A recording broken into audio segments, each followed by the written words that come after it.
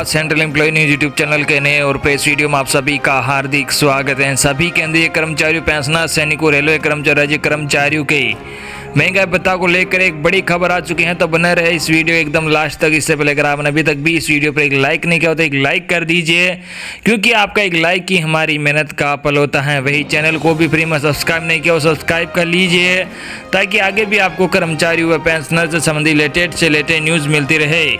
दोस्तों, डीए की न्यूज़ को जानने से पहले पैन कार्ड और सोने को लेकर बड़ी खबरें हैं जो आप सभी देशवासियों को जानना बहुत ही जरूरी है। ये खबर आपके फायदे को लेकर है। जी हाँ, आज से सस्ता सोना बेच रही मोदी सरकार। क्या आप खरीदने को है तैयार? जाने कहां, कैसे और किस भाव पर मिल रहा है सोवरेन गोल्ड। आज यानी 8 जून सोमवार भारत के लिए करीब 2.5 महीने बाद नई सुबह लेकर आया है। 25 मार्च से ही देश में जारी लॉकडाउन अब अनलॉक के दौर से गुजर रहा है। आज शॉपिंग मॉल्स, रेस्टोरेंट, होटल और ऑफिस खुल रहे हैं। कोरोना अभी गया नहीं बल्कि और तेजी से फैल रहा है। ऐसे में बाहर निकलने में जोखिम है। वही अगर आप जोखिम कम और अच्छे रिटर्न के लिए सोने में निवेश करना चाहते हो तो मोदी सरकार 8 जून से एक बार फिर ये मौका देने जा रही है। किस भाव पर मिलेगा सोना? रिजर्व बैंक ने सोवरेन गोल्ड बॉन्ड की कीमत तय कर दी है।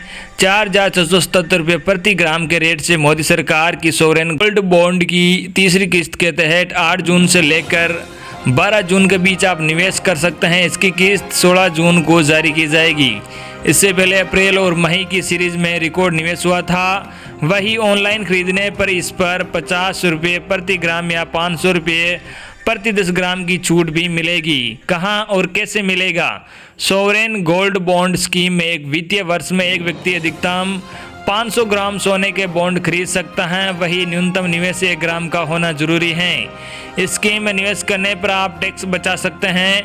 बॉन्ड को ट्रस्टी व्यक्तियों, एचयूएफ, ट्रस्ट, विश्वविद्यालयों और धर्मार्थ संस्थानों को बिक्री के लिए प्रतिबंधित किया जाएगा। वही ग्राहक की अधिकतम सीमा 4 किलोग्राम प्रति व्यक्ति, एचयूएफ के लिए 4 किलोग्राम और ट्रस्टों के लिए 20 किलोग्राम और प्रति वित्तीय वर्ष अप्रैल से मार्च समान होगी। वही ऑनलाइन खरीदने पर इस पर 50 रुपये प्रति ग्राम या 500 रुपये प्रति 10 ग्राम छूट मिलेगी। स्मॉल फाइनेंस बैंक और पेमेंट बैंकों को छोड़कर stock holding corporation of India, नामी डाकघरों और मान्यता प्राप्त स्टॉक एक्सचेंजों के माध्यम से बेचा जाएगा। क्या है sovereign gold bond? Sovereign gold bond में निवेश को फिजिकल रूप में सोना नहीं मिलता है। ये फिजिकल गोल्ड की तुलना में अधिक सुरक्षित है। जहां तक शुद्धता की बात तो इलेक्ट्रॉनिक रूप में होने के कारण इसकी शुद्धता पर कोई संदेह नहीं किया जा सकता है। इस पर 3 साल के बाद long term capital gain tax लगेगा। वही इसका लोन के लिए इसका उपयोग कर सकते हैं। अगर बात रिडेम्पशन की करें तो 5 साल के बाद कभी भी इसको बना सकते हो। 2.5% का गारंटीड फिक्स्ड इंटरेस्ट। जी हाँ, ये भी जानना जरूरी है कि इन बॉन्ड्स की अवधि 8 साल की होती है और 5वें साल के बाद ही प्री मैच्योर विड्रॉल किया जा सकता है। इसकी सबसे खास बात होती है कि निवेशक को सोने के भाव बढ़ने का लाभ तो मिलता ही है, साथ ही उन्हें इन्वेस्टमेंट रकम पर 2.5% का गारंटीड फिक्स्ड इंटरेस्ट भी मिलता है। तीसरी सीरीज 8 जून से लेकर 12 जून के बीच सब्सक्रिप्शन लिया जा सकता है। इसकी किस्त 16 जून को जारी की जाएगी। चौथी सीरीज 6 जुलाई से लेकर 10 जुलाई के बीच सब्सक्रिप्शन लिया जा सकता है। इसकी किस्त 14 जुलाई को जारी की जाएगी। 5वीं सीरीज 3 अगस्त से लेकर 7 अगस्त के बीच सब्सक्रिप्शन लिया जा सकता है। इसकी किस्त 11 अगस्त को जारी की जाएगी। सीरीज 31 अगस्त से लेकर 4 सितंबर के बीच सब्सक्रिप्शन लिया जा सकता है। इसकी किस्त 8 सितंबर को जारी की जाएगी। अगली बड़ी खबर, पैन कार्ड से जुड़ा ये नियम जान ले। जी हाँ, नहीं तो आप पर लग सकता है 10,000 रुपये का जुर्माना। पैन कार्ड यानी परमानेंट अकाउंट नंबर बेहद अहम दस्तावेजों में से एक है। वित्तीय कामकाज के लिए ये बहुत ही जरूरी है। पैन कार्ड का इस्तेमाल 50,000 रुपये से ज़्यादा के लेन देन, बैंक खाता खुलवाने, income tax return file, property खरीदने बेचने आदि में होता है। आपको बता दें, कोरोना वायरस के चलते हाल में आधार आधारित ई-KYC सर्विस को शुरू कर दिया है। इसके जरिए 10 मिनट के भीतर तत्काल पैन नंबर जारी कर दिया जाएगा। ई पैन कार्ड बनवाना पहले से ज़्यादा आसान है और ये बिल्कुल मुफ्त है। आयकर नियमों के तहत हर कोई ई फाइलिंग पोर्टल से नया पैन बनवाने को आधार कार्ड का इस्तेमाल नहीं कर सकता है। ऐसे में ई पैन कार्ड बनवाने से पहले इन बातों का ध्यान रखना जरूरी होगा। आपको बता दें कि जिन लोगों के पास पहले से पैन कार्ड हैं वह ई पैन के लिए आवेदन नहीं कर सकते हैं। अगर आवेदन कर नया पैन कार्ड बनवा लिया है और आपके पास 2 पैन कार्ड पकड़े जाते हैं तो आयकर अधिनियम की धारा 272B1 के तहत 10,000 रुपये का जुर्माना लगाया जा सकता है। ई पैन का आवेदन के लिए आपके पास वैलिड आधार होना जरूरी है। इनकम टैक्स विभाग की ओर से सभी पहचान संबंधी विवरण प्राप्त करने और KYC पूरा करने के लिए जानकारियां मांगी जाती हैं। ई पैन के लिए आवेदन के दौरान किसी भी तरह का फॉर्म ना तो भरने की जरूरत है, ना ही डॉक्यूमेंट जमा कराने की। अगर आप ई पैन के लिए अप्लाई कर रहे हैं तो इस बात का ध्यान रखें कि जन्म तिथि आधार कार्ड डेटाबेस में दिनांक, महीना और वर्ष के रूप में है या नहीं। अगर आपकी इस रूप में नहीं है तो आप इसके लिए अप्लाई नहीं कर सकते हैं। कुछ पुराने आधार कार्ड में केवल जन्म का साल होता है। अगर आपके साथ ऐसा है तो आप UIDAI की साइट से इसको अपडेट करा सकते हैं। इसके अलावा पैन के आवेदन की सुविधा के लिए जरूरी है कि आवेदनकर्ता की उम्र 18 साल से ज़्यादा हो। एक खबर 15,000 से कम है महीने की आमदनी तो मोदी सरकार की इस योजना का उठा सकते हो लाभ। जी हाँ, देश में ऐसे लोगों की संख्या काफ़ी ज़्यादा जो असंगठित क्षेत्र में काम करते हैं और एक माह की आमदनी 15,000 से भी कम है। मोदी सरकार ने ऐसे ही लोगों के एक योजना की शुरुआत की है।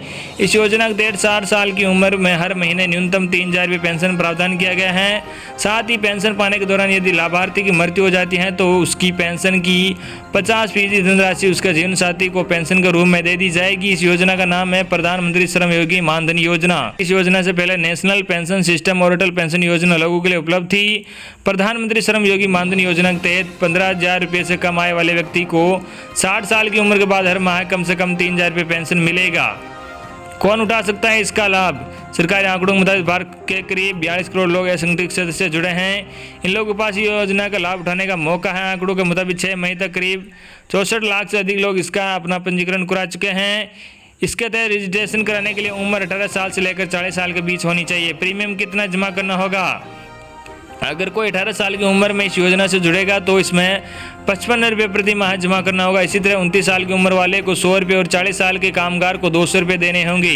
रजिस्ट्रेशन, इसके लिए आपको नज़दीकी ही ई-मित्र पर जाकर अपना रजिस्ट्रेशन कराना होगा। अगली बड़ी खबर, सोना चांदी की कीमतों में गिरावट। अनलॉक 1 के पहले दिन जाने कितना सस्ता हुआ गोल्ड। जी हां, अनलॉक 1 के पहले दिन सराफा बाजार में थोड़ी रौनक बढ़ गई है। सोने चांदी की कीमतों में भारी गिरावट दर्ज की जा रही है। शादी के सीजन के बीच सराफा बाजार में आज 8 जून यानी सोमवार को 22 कैरेट से लेकर 24 कैरेट तक सोना सस्ता हो गया है। वही चांदी भी कमजोर हुई है। सोमवार सुबह 24 कैरेट सोने की कीमत 92 रुपये प्रति 10 ग्राम की गिरावट देखी जा रही है। इसके साथ ही सोना 46,400 रुपये प्रति 10 ग्राम पर आ गए हैं। वही चांदी अब 230 रुपये गिरकर 47,570 रुपये पर आ गई हैं। अगली बड़ी खबर, कर्मचारी यूनियन के रेल कर्मचारियों ने मनाया काला दिवस। गेट मीटिंग पर सामने रखी अपनी मांगे। जहां सोमवार को काला दिवस मनाया। कर्मचारियों ने कार्यालय में घूम घूम कर अन्य कर्मचारियों को जागरूक करने का काम किया। साथ ही गेट मीटिंग कर अपनी मांगों को सामने रखा। प्रदर्शन कर रहे TK साहू ने बताया कि भारत सरकार द्वारा केंद्रीय कर्मचारियों को मिलने वाले महंगाई भत्ता व सेवानिवृत्त कर्मचारियों को मिलने वाले महंगाई भत्ता को कम करने का इरादा जाहिर किया गया है। कहीं कहीं वेतन कटौती भी बात हो रही है। इससे निजी कंपनियों को लाभ होगा, कर्मचारियों को नहीं। इस संबंध में all India railway men's federation ने केंद्र सरकार को लिखित आवेदन देकर विरोध जताया है। अब जानते हैं कि किन मांगों को लेकर हो रहा है प्रदर्शन। महंगाई भत्ता और महंगा राशि पूर्व के नियमों के अनुसार नियमित हो। NPS के स्थान पर पुरानी पेंशन योजना लागू हो। श्रम नियमों में संशोधन के नाम पर मजदूर हितों की अनदेखी बंद करे। मल्टी स्किल के नाम पर कर्मचारियों की संख्या में कटौती बंद करे। सभी कर्मचारियों को चिट्ठी है, OTA, CTA, रनिंग भत्ता, यातायात भत्ता नियमानुसार समय पर भुगतान हो। लॉकडाउन व कोरोना अवधि में कार्यरत कर्मचारियों को विशेष प्रोत्साहन राशि जोखिम के अनुसार 50 लाख रुपए की बीमा राशि स्वीकृत की जाए। रेलवे पास या PTO की वैधता अवधि बढ़ाई जाए और सभी विशेष ट्रेनों में यात्रा की अनुमति दी जाए। कार्यस्थल पर सभी कर्मचारियों की सुरक्षा के लिए आवश्यकता के अनुसार PPE किट, मास्क, हैंड वॉश, सैनिटाइजर की आपूर्ति हो। अगली बड़ी खबर, ग्राहकों के लिए खुशखबरी। बैंक ने और सस्ता क्या कर, जाने कितना घट जाएगा आपके EMI का बोझ।